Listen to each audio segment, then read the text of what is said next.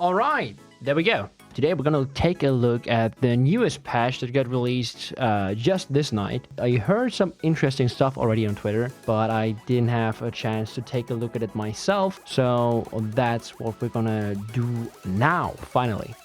I think I'm just gonna read through the whole thing and give you guys my thoughts. And yeah, let's see what the devs have in store for us. Change player controls. Made it so that the player opens Umbrella Canopy. The canopy opens on another player's screen quicker than before.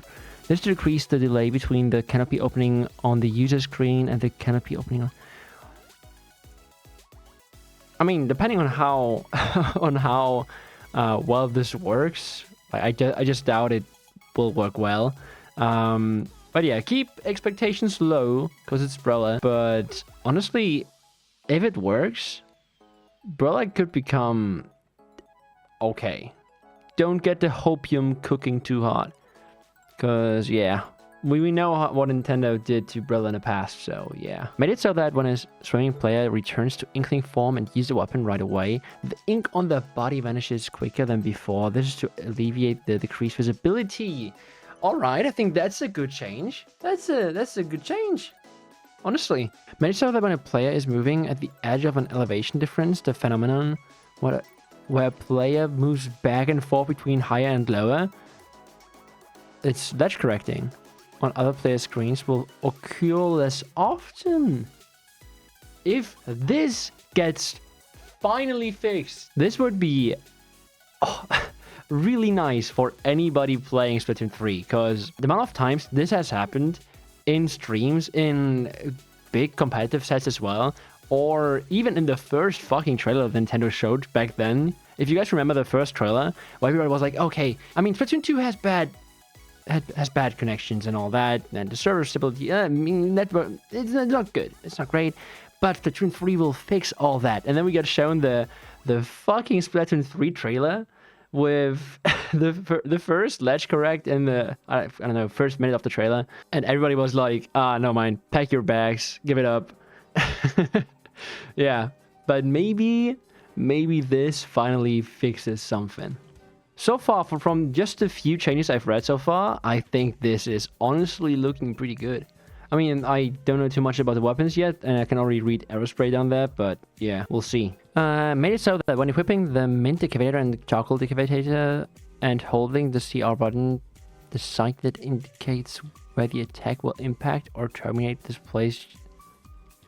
Just like we're not holding this. Okay, I don't understand this one.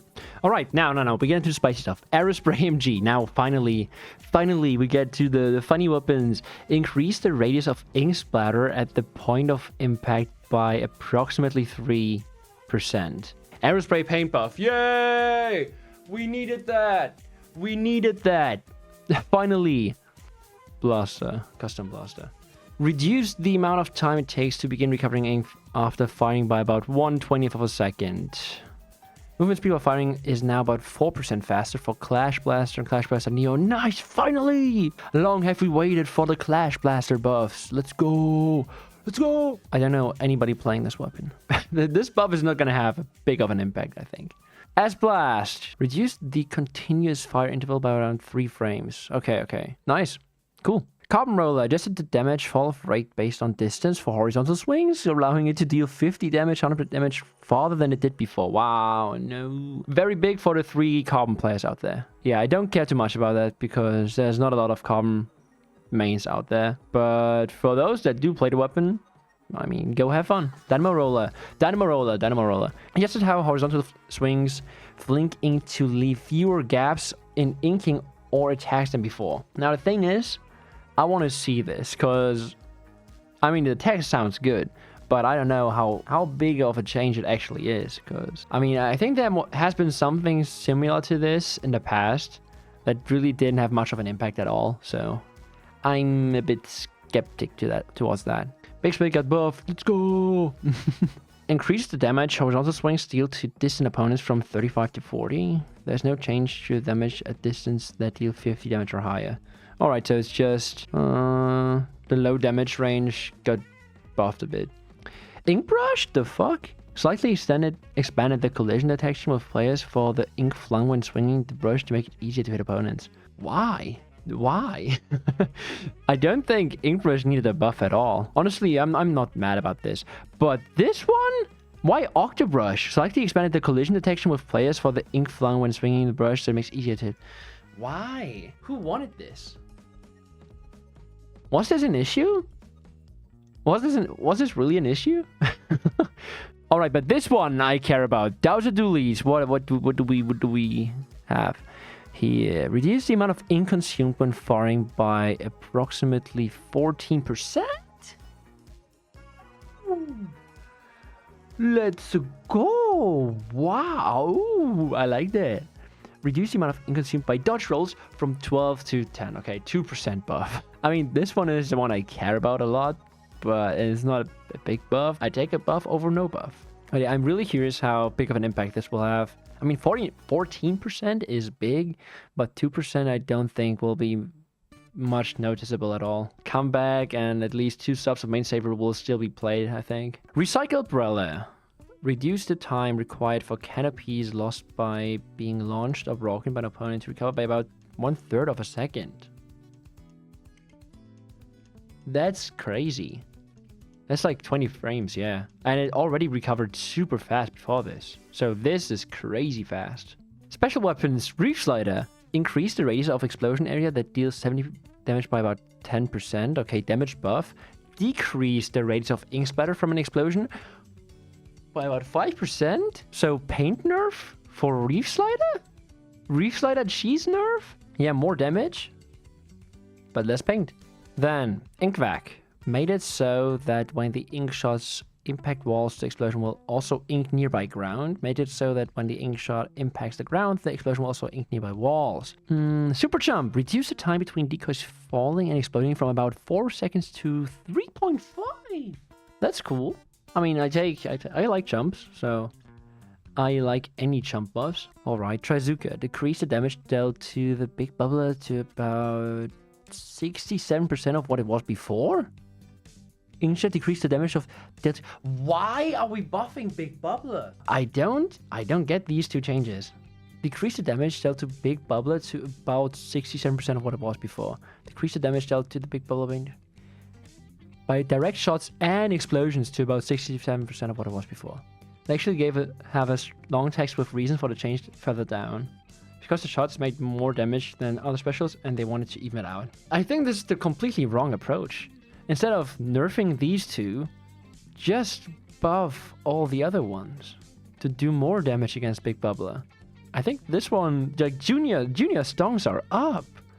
Junior stonks are up in my opinion. Honestly.